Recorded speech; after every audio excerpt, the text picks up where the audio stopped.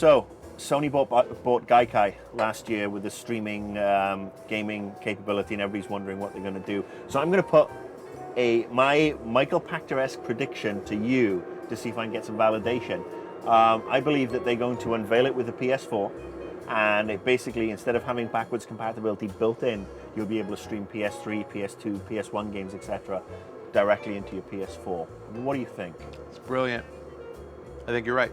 I've been corresponding with David Perry a lot lately, and David is constantly on call with Sony. So they're active and they're doing something, and the timing actually makes perfect sense.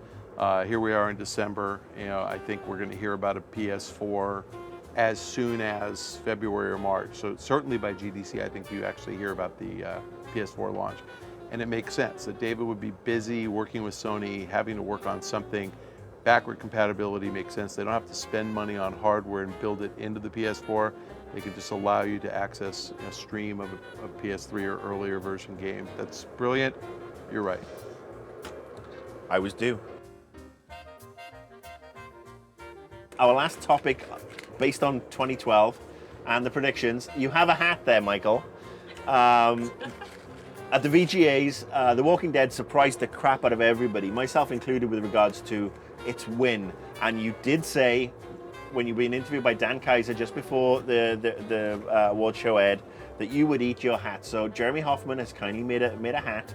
So you've got a hat. I have a hat as well, because I made a prediction on Bonus Round at the beginning of the year that Microsoft would announce the Xbox 720 and release it this year, and GTA 5 would be a launch title.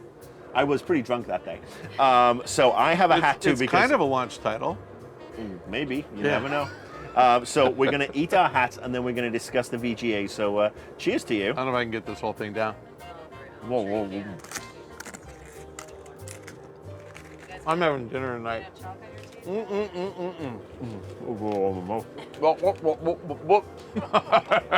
Let's talk about Walking Dead winning. It was a huge surprise. Now, I'm a big fan of the series as it came out over the year. Love the point-and-click adventures. I'm glad Journey got nominated as well, which is an excellent game. I'm not sure it deserved to win. I'm not sure it was the best game of 2012. I think it was up there. It was definitely deserved to be in that top 5, top 4. I mean, do you think it deserved to win afterwards, after you've had a chance to sit and ruminate and cogitate? I think that the experience is what won. So I don't think that it was necessarily the game as much as it was the sum of the game and all of the, I don't know what you call them, episodes, expansions. I believe there were a total of something like 5, right? 5, yeah. So if you actually think about the game in the aggregate, it probably is quite comparable to a full-blown console game. And I think they executed well. I mean, I think that they created something that was genuinely scary and interesting. There was a story. I think that the sneaky surprise of the television series has helped. My understanding is that these guys have sold something like 5 million total downloads. So certainly well in excess of 1 million full-blown copies of the game, probably 2 or 3, and then 1 or 2 expansions per person. So they're doing really well. And it's just now getting even more popular because of the Game of the Year. And it's getting its own retail release in a couple of weeks. So I think that, I think what's great about it is that it shows you that a different business model for the delivery of a game can work. It shows you that you can get a full-blown console experience in pieces. And I'm most intrigued by the whole, episodic nature of delivery, that you can actually try a game for $15, and if you like it, you can spend the other $40 or $50 to buy the rest of the game. I'd love to see more games like that. Well, the great thing about Walking Dead was that, for $15, I actually got on a Steam sale in the middle of the year. I got all 5 episodes for $15. So that works out, $3 a pop. Do you think we're going to see everyone and their dog now going episodic in 2013, where you'll start to see games that we were expecting to perhaps be full price versions all of a sudden hit this episodic $7, $8, $9 a pop for 3 hours, and then if you're lucky, you'll get a sequel? I don't. I think that the super high quality developers really don't like that model. You did see something like Battlefield 1943 was that, was the $15 kind of game. but as a bridge between Battlefield 2 and Battlefield 3. I think you might get A-list developers doing a one-off like a Battlefield 1943. I think more likely some of these Kickstarter games we were talking about, if Tim Schafer's game is successful, his $3 million game, why not immediately do a Kickstarter project and have another episode and another episode and another episode? So I think it's a good way to get projects off the ground and see if they work. Obviously, Walking Dead was planned as 5 episodes, but no, I don't think that's going to become the norm. And I will say The Walking Dead, I mean, it was certainly, that and Journey were two of the games that really got the most emotion out of me this year. And they fully deserve everything that they've got. So I'm not dissing either of those games. If you follow me on Twitter or seen any of the shows, you know how much I adore them both. All right, so talking about the VGAs and all the Game of Year nominations, I mean, I personally have issue with the VGAs for closing the nomination period so early, so that a game like last year, The Old Republic, I think, should have been in running for several awards. And I think this year, Far Cry 3 has really been screwed by the VGA and their rules. And a lot of other, I think, end-of-year nominations for websites, magazines, they all seem to have totally ignored this game in the Game of Year runner. And I'm kind of stunned because and this is perhaps something where the games industry's got to ask backwards. We don't need a Game of Year at the end of 2012. We need it in January to take into account all these games. I mean, have you played Far Cry 3? I mean, for me, it's probably in my top 3 games of the year. Might even be in my top 1 game of the year. But have you played it? I mean, how do you feel about it? I haven't. I have to say that's the first game I've seen that had the bad guy on the cover. Like, the cover art made me want to play it. And I love the guy just from the trailers that I saw, but it made me want to play the game. It's like, usually it's the good guy on the cover. This had the villain on the cover. Yeah, I haven't played it long enough to know that it's the best game I've ever played, but it's good. I think that you're right. Every other industry that does award shows does them shortly after the close of the year. The Academy Awards, I believe, is in February or March. There's no reason why the VGAs couldn't be the second week in January and have the voting period commence January 1st. I mean, of course they could do that. But, we have to talk to Spike TV and figure out what their program schedule is. Listen to him. So, all right, let me ask you, what's your game of 2012? I think that the reviewers get it wrong. I think that they vote for art as opposed, and essentially what they're voting for is what the public should have purchased rather than what the public did purchase. And I actually think that there should be kind of a minimum threshold. To be a game of the year, you should have sold 5 million units or more. If it wasn't popular, you give the example of the Academy Awards. I mean, for the Game of Year Awards to recognize excellence in gaming. I mean, then movies like The King's Speech and The Artist, they would never have been up for the Academy Awards, and I think they shouldn't have been. I think they shouldn't have been. But I think that the industry makes a mistake in celebrating commercial failures. What the industry is trying to do is put itself above people's taste, and they say, yes, I know you didn't see The King's Speech and it's too slow for you and boring, or you didn't see The Artist because you're not into a movie without any dialogue and with subtitles, but you should have been. And I think that's pompous. I believe that shows like the People's Choice Awards make more sense than shows like the Academy Awards, where someone's going to tell us what art is. If you didn't see it, then it wasn't the best movie of the year.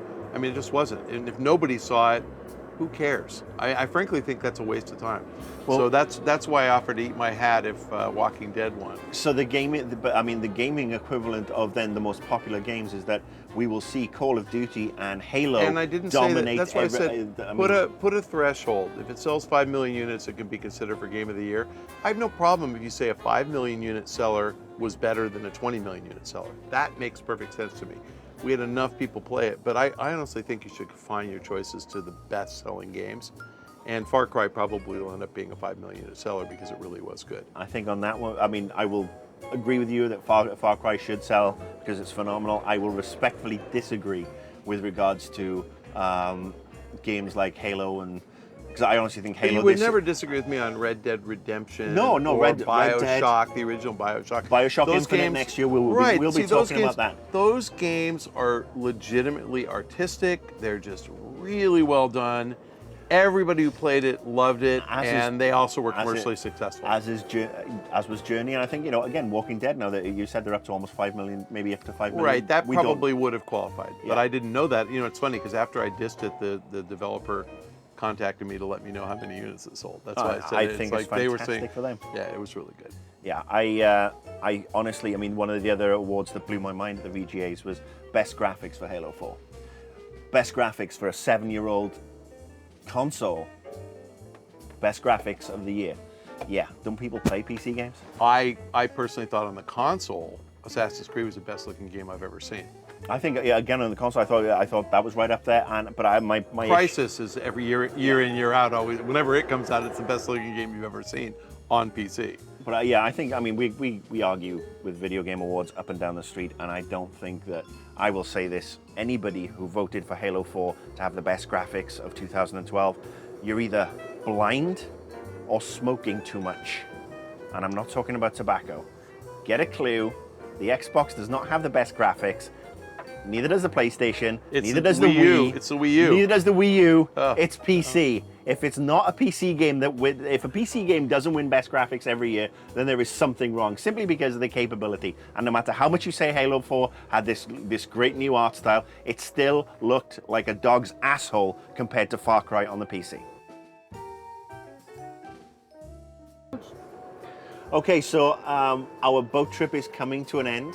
The sun is setting, and we're going to talk about top 2 2013 predictions each. We both have 2 2013 predictions. I want to talk to you about Microsoft, because you did make the prediction, I think on an episode of GTTV a couple of weeks ago, that you said that you weren't expecting Microsoft to announce anything on a new console. Well, they'll announce something, it just won't come out. You don't think they will have a new Xbox in 2013? I don't.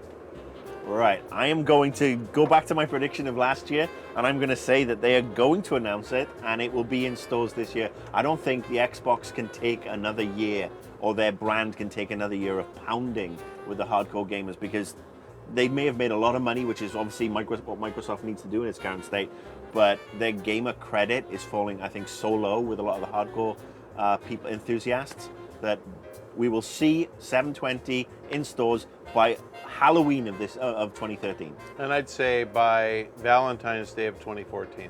Okay. So I'm not talking about a massive slip. I'm talking about bringing the console out at a time when grandma buying one for 7-year-old little Johnny isn't going to deprive the hardcore gamer of one. Grandma who's willing to stand in line at midnight at Walmart, so the hardcore gamers can all get them. I think that Microsoft is smart enough to not launch into holiday, because they don't need holiday. They will sell out when the thing comes out. And I think managing the launching early in the year, making sure that they have all the right components, they have all their manufacturing, lined up so that they don't have any glitches at launch, is smarter than trying to rush and meet a holiday deadline. So I just expect we're going to see a February 2014 launch. Okay, so that was one of my predictions. Right, it'll come out right before the BioWare doctors come back to work. And Half-Life 4. Half-Life 4, Xbox 720 exclusive. It actually could made be by Half-Life. BioWare. Could be Half-Life 5. Okay. Then, yeah. All right, so Because we probably need Half-Life 3 before we get Half-Life 4, don't you think? Hit me with a prediction. Prediction.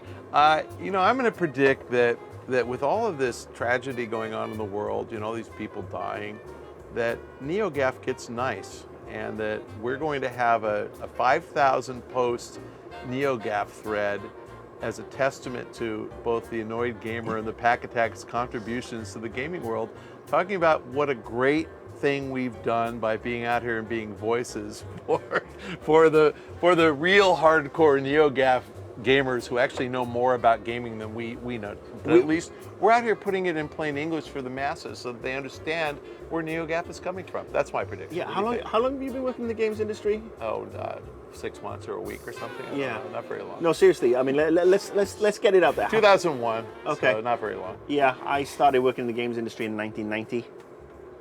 Yeah, When you were 11. When I was born and sold into slavery at Foxconn. All right, so next prediction. Was NeoGAF around in 1990? No, it was not. No. You predate NeoGAF. I don't. I predate. I helped don't. launch the 3DO in Europe. That's how far back I go. All right, so next wild and crazy prediction. This one is going to be wild and crazy. That if Sony and Sony and Microsoft do bring both their next-gen consoles this year, 2013, Nintendo's screwed. I'll second that. I think Nintendo's got a problem. I think that Nintendo has half of its business, which is its handheld business, is dying. And I don't think that it's dying because Nintendo sucks. I think it's dying because for most non-traditional gamers, for most super casual gamers, smartphone and tablet games are good enough. And I think that as entry-level phones convert more and more to smartphones, and the entry-level age of a phone gets younger and younger, it's probably down to 13 or 12 now, if not younger, that you're eroding the market that historically would have been handheld. So I think Nintendo's screwed anyway, because about half of their handheld market is just going to be gone. And I think the Wii U, my understanding is at $349, they're selling it at a break even. If the next gen Xbox and PlayStation launch anywhere remotely close to $349, Nintendo has a serious problem, because the box is going to be underpowered relative to those two. It's going to have a lot less developed online capability, and frankly, probably a lot less developed multimedia functionality. I think they have a problem. And they haven't really done what they did in 2006 with the Wii, where they communicated it so well. And communication aside, I know that my mom, who's 87 years old, could pick up a Wiimote and figure it out, play tennis. It made perfect sense to her. Hand my mom a Wii U gamepad, and she will look at you like you're an alien. What do you do with all these buttons? What is this screen? I don't get it. And I know Nintendo thinks, well, everybody knows how to play with the tablet, so you pick up the gamepad, it's intuitive. No, it's not. It's only intuitive if you played a DS before and you understand what you do with the pad and with the controls. I think they've lost that market of women 25 years old and up. They're gone. They're never coming back. And so I think their addressable market is half as big as it was before. That non-traditional gamer gone. And the traditional gamer, I think, would rather have higher power and greater online and multimedia functionality. They're going to get that out of the PS4, the Xbox 720. What do you think about this rumor that Sony's going to drop the PlayStation brand and call this thing something else? I think like the Rohan Twitter slut or something. The Rohan's a Twitter slut. No, I think I mean that was not a serious rumor, was it? I heard it. I thought maybe they were saying it. I mean, I think that would be foolish to give away the PlayStation. I think brand. It would be suicide because Sony have. I mean, let's face it. PlayStation is the Walkman of this generation for them. It was the Sony Walkman that everybody had. Even if it was a knockoff, you thought it was a Walkman. And that, it was not a cassette you plugged on the side and plugged headphones in. Everybody had a Walkman or a Discman. What I love about the way you just said that is that's actually how you're supposed to say it, Walkman. But Americans all said Walkman.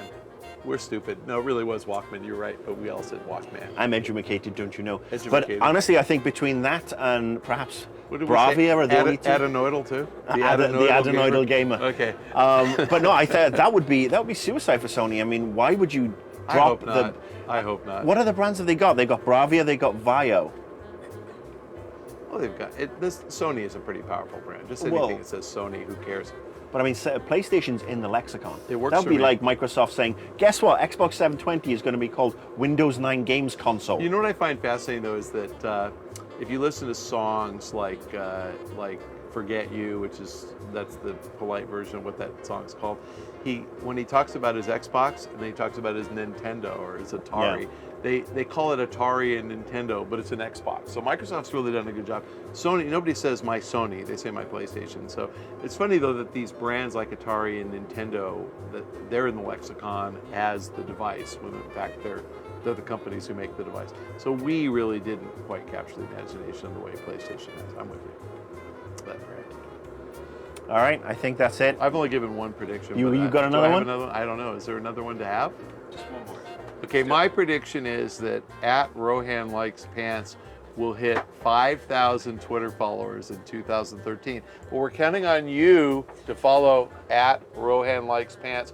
he'll almost guarantee you a Pach-Attack t-shirt if you follow him on Twitter. I would say he didn't guarantee you an Annoyed Gamer t-shirt, but we don't have any budget on Annoyed Gamer. So 2012 is over. Here's to a kick-ass 2013. I'm really happy we're still alive. I am too. The Mayans seem to have got it wrong. I wonder if they were on NeoGAF back in the day. Oh, you know, I think if there were a NeoGAF back in the day, it would have been dominated by by Mayans predicting the end of the Earth. Mayans? NeoGAF, the Mayans. Yeah. The Mayans on NeoGAF. I think that actually NeoGAF should change its name to Mayans predicting the end of the world on 12/21.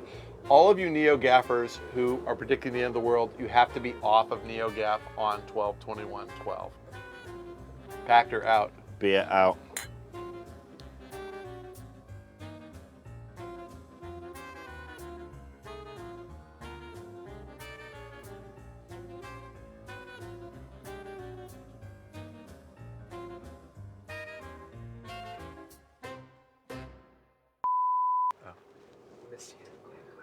Swim faster. Swim faster.